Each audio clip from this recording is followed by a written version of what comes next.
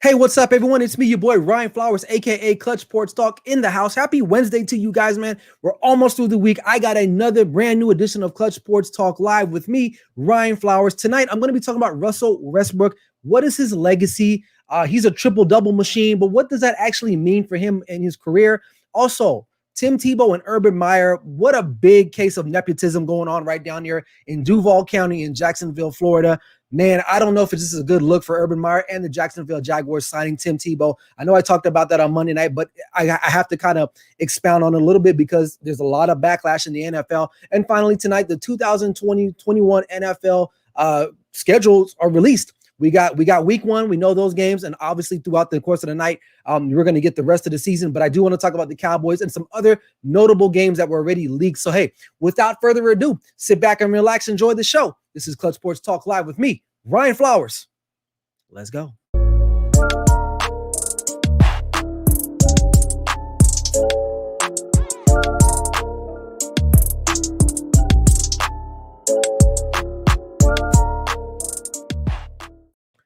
Welcome back in, man. Hope you guys are doing well. Wherever you're watching, listening, I hope you're having a great evening at this point. Before I get the show started, man, make sure you guys hit me up on my social media platforms, which is scrolling right below if you're watching me on YouTube, Twitter, and Facebook right now. Instagram, you guys know what it is. Hit me up on my link there as well. I'm all over the place, man. I'm on my phone. I'm on the camera. So you guys know what it is. But before I get into the show, I want to thank everybody, man. I just announced yesterday I finally hit my 100th subscription mark on YouTube, which is a very, very big milestone for me. I never thought in a million years that 10 people would listen to me, or hell, even follow me, but 100 people have decided to make that plunge and subscribe to me on YouTube. So I appreciate that support, man. So I'm going to keep grinding as long as you guys keep listening. So thank you for everyone for your love and admiration and support as I embark on this journey, as I continue to make Clutch Sports Talk Live better and better each and every episode for you guys, for your enjoyment. So thank you. Shout out for you guys on Instagram as well, man. Thank you so much. I appreciate you guys. So let's get into the show. And make sure you guys drop some comments in below, man. I'll be more than happy to answer any questions and stuff like that. Appreciate you guys, man. But anyway, I want to talk about Russell Westbrook. So the other night he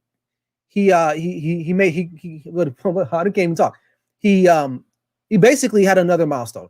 He's Mr. Triple Double. I mean, he surpassed Oscar Robertson in far as triple doubles are concerned. But they ended up losing the game. And not only did they lose the game, he lost at the end of the game against the Atlanta Hawks in basically Russell Westbrook fashion. And what I mean by that is just another bad decision by him. Now, what does this mean for his legacy? Is Russell Westbrook a trash player? No. He's one of the greatest players to ever play, to lace him up. I'm not going to say he's top 10, obviously, because there's a lot of great players in the league, but he's up there. He's at least in the top 50, in my opinion. He's one of the, he's a throwback. Like I've always said this before. He is one of those guys. He's part of the old guard. He is one of those dudes who will eat you alive on the court, doesn't want to be your friend, but off the court, he seems like a pretty cool dude, whatever his fashion style is, whatever. But on the court, he is an animal. Now, he has been averaging a triple-double, and I think that's what he's going to go down in history books for, is this being basically this generation's Oscar Robertson. Now, I'm only 37. I did not see Oscar Robertson play when I was growing up, but people that I know who are a little bit more seasoned than I am can tell me that growing up, they say the same thing we say about Russell Westbrook, is that, well, he was Mr. Triple-Double. Well, now Russell Westbrook will be Mr. Triple-Double. The only difference is Oscar Robertson actually has an NBA title to go along with his triple-doubles, where I feel Russell Westbrook will not get a title. I just don't think it. I don't think he'll ever be able to play with someone the way he plays. His style does not fit with a lot of superstars that are willing to want to join up with him. And I just don't see it. He's had a lot of talent to play with so far in his career. I mean, he's played literally with James Harden, Kevin Durant, Paul George, now Bradley Beal. He hasn't had any, like bums. He's actually played with legitimate guys. But the other night in Atlanta, when they lost the game, but he ended up breaking some triple-double record, it was like so fitting because they were down, I believe one or two, if I'm not mistaken. I want to say they were down one. And he gets the ball on a rebound, if I'm not mistaken, or an outlet pass, dribbles down the court. Now, he has an ability or a chance to actually drive the lane and maybe get the foul call, but he pulls up and shoots a three, which he's notoriously not known to be a great three-point shooter. And I think for me, that's where Russell Westbrook loses me. So many times, especially late in games, his decision-making skills are not the best. He shoots teams out of games, especially at the end of the game, where instead of making the more smart basketball play, he's kind of selfish in that regard, which I get it. We want our superstars to be selfish, but there's a time and a place. And literally, this wasn't the first occasion of him doing something like this. This is just what he does all the time.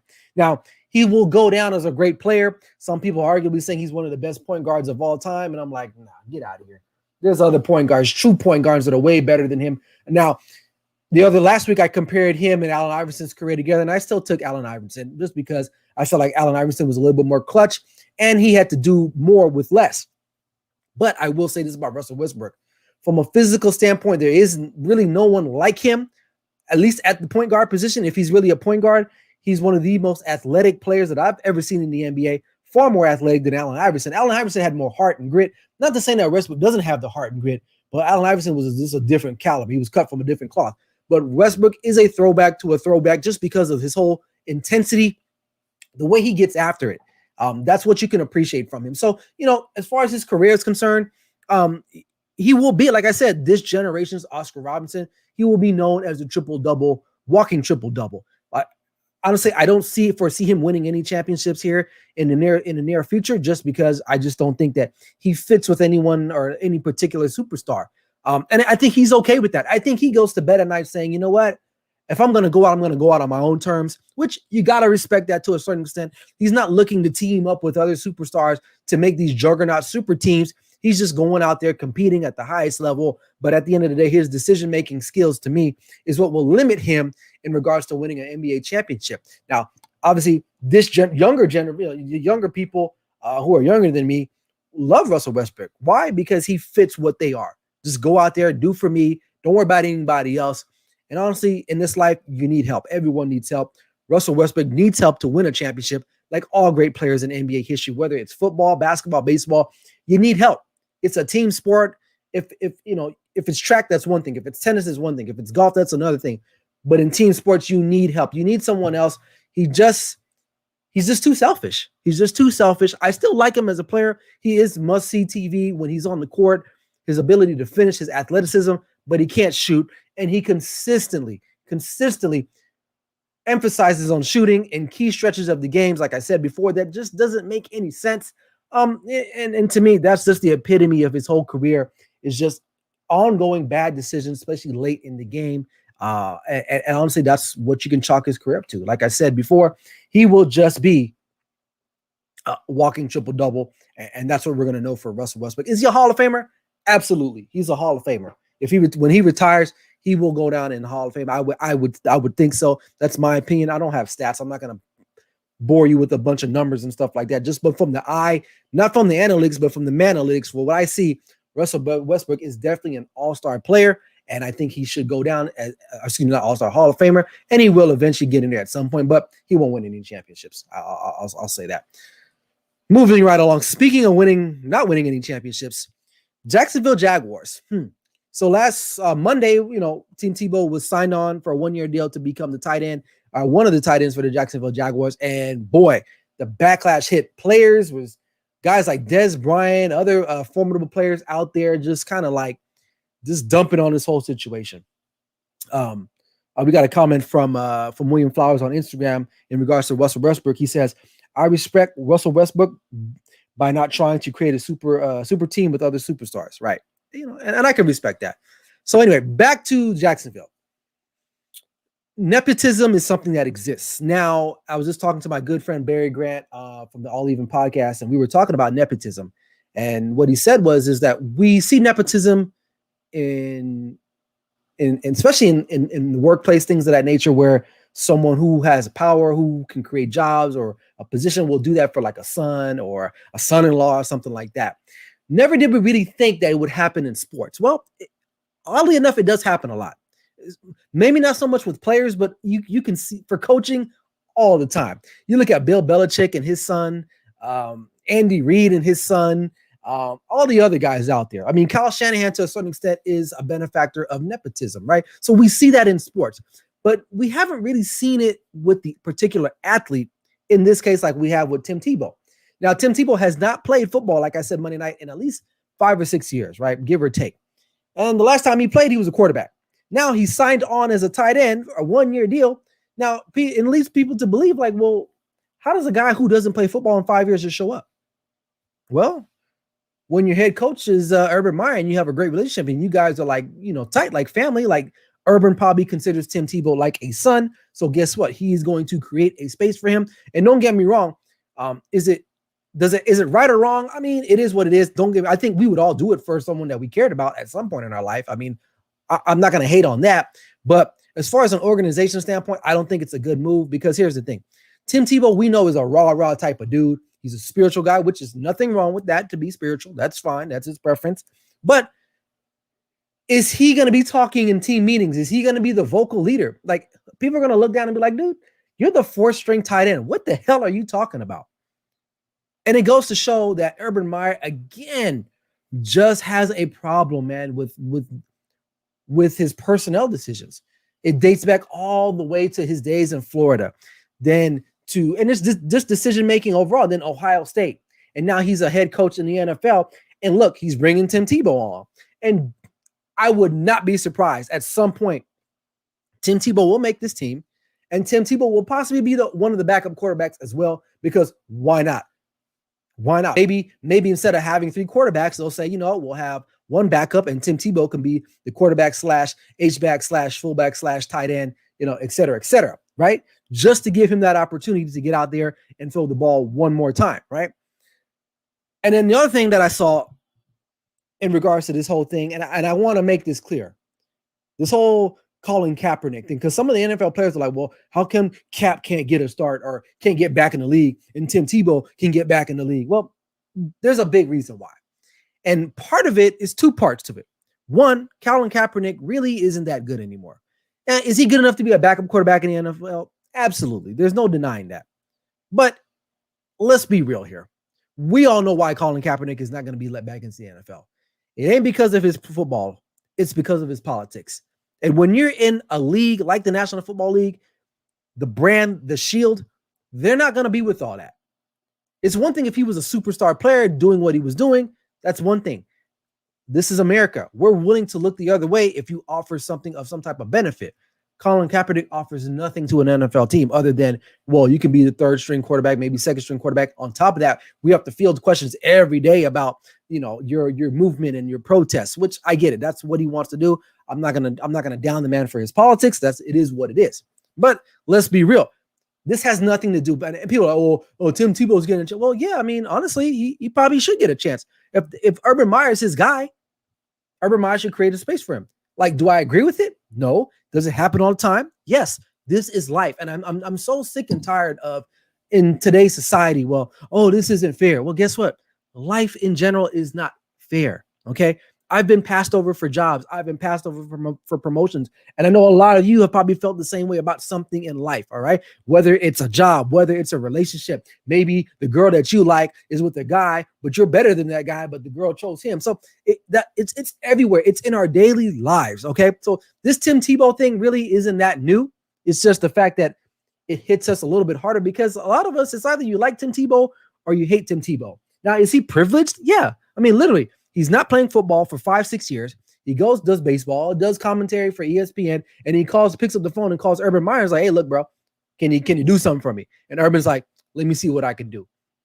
I mean, literally, if you look at their tight end, their depth chart, who is really on there?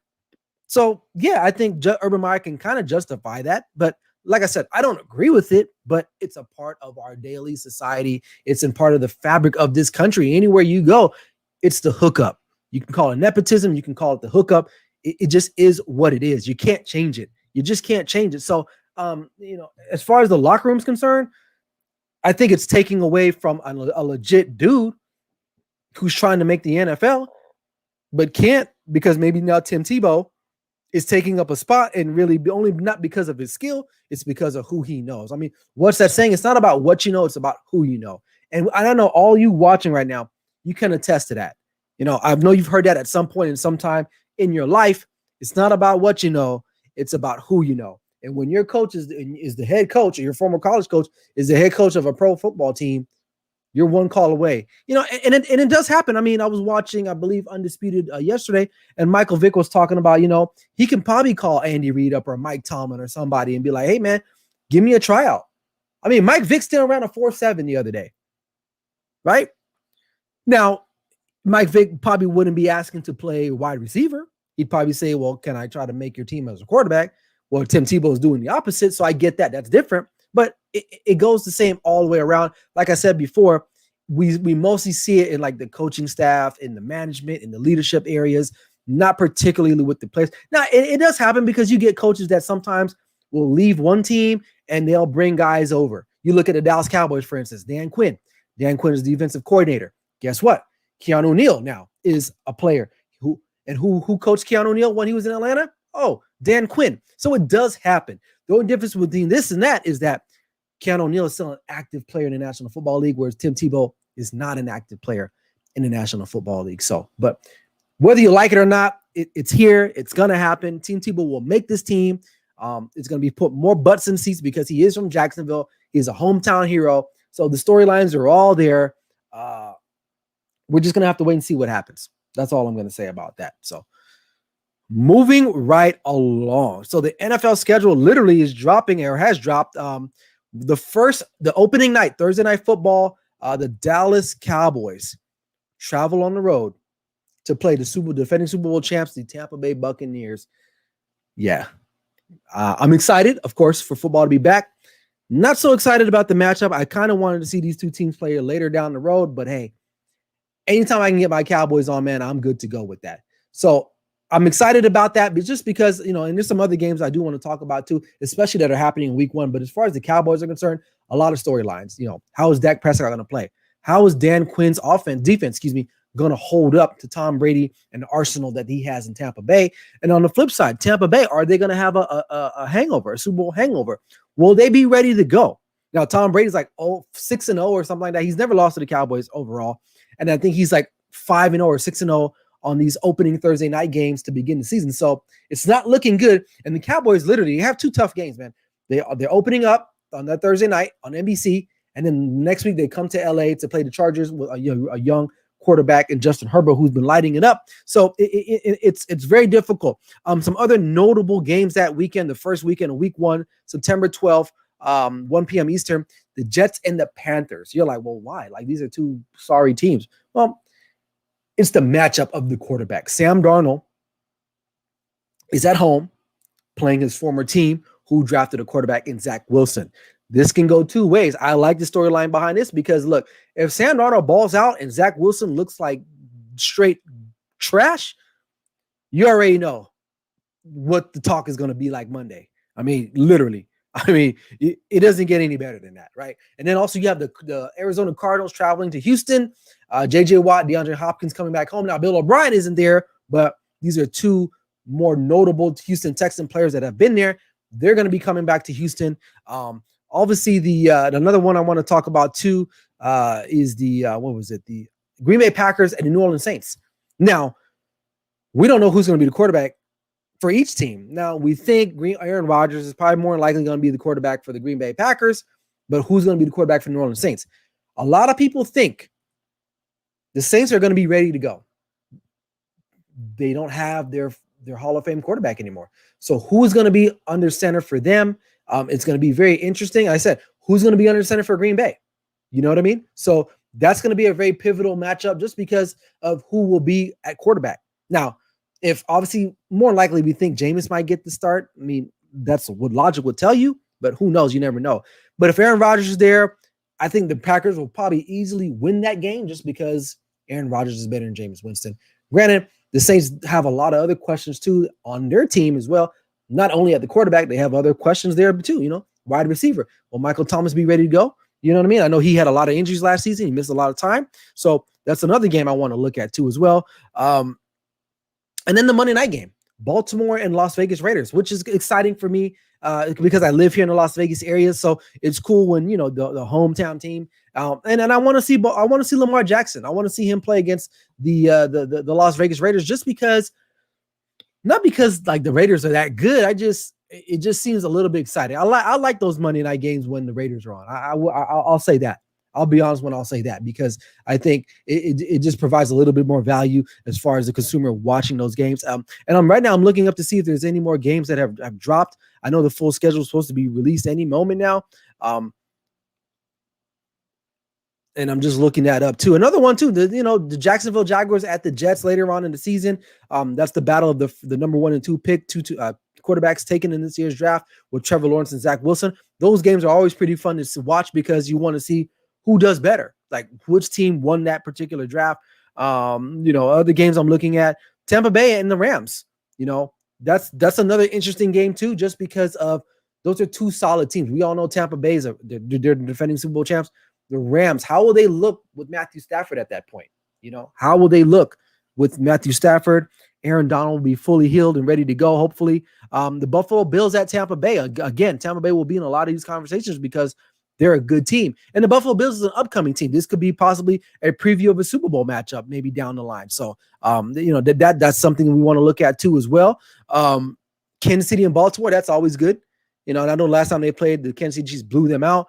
But anytime you can get two premier quarterbacks in Lamar Jackson and Patrick Mahomes playing, you can't go wrong with that. I mean, literally, should be points galore.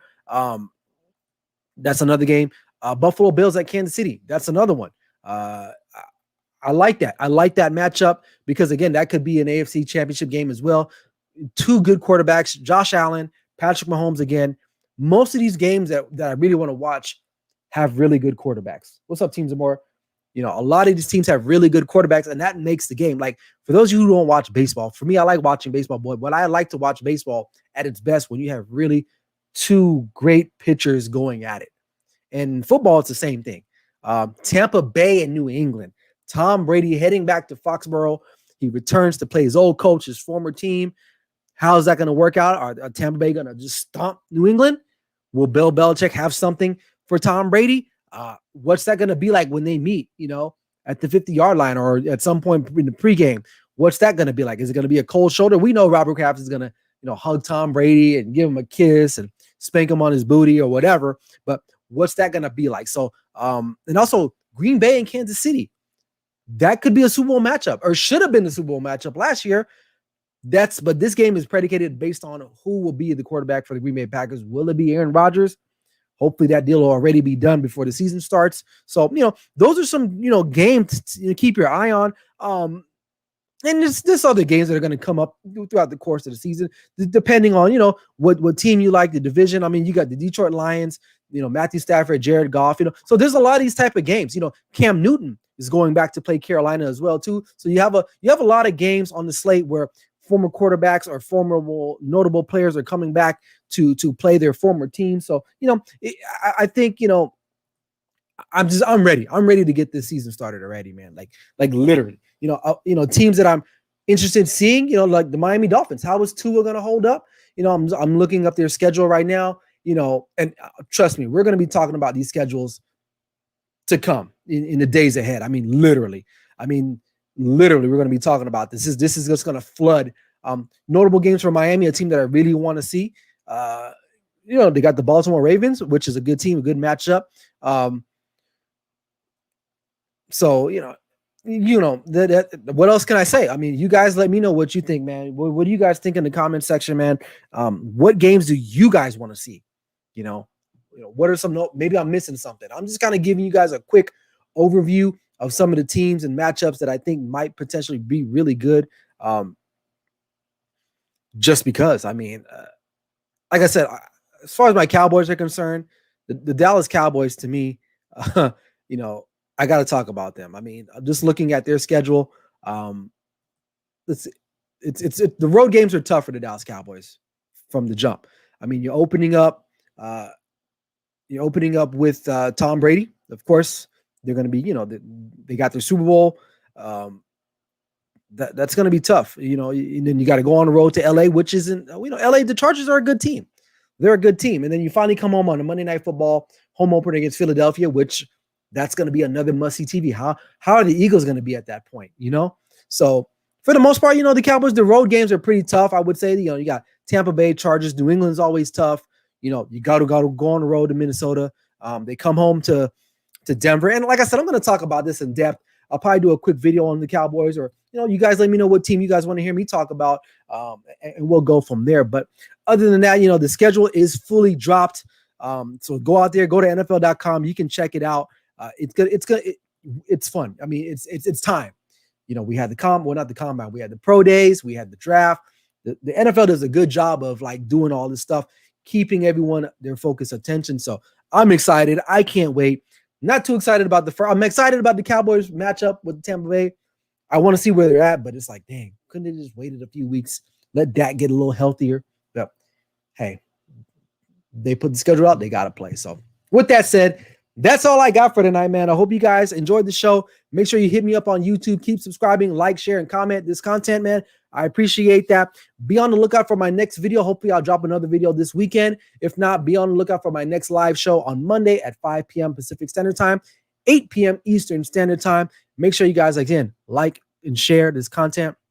It really means a lot to me. So until next time, everybody, this is Clutch Sports Talk Live with me, Ryan Flowers.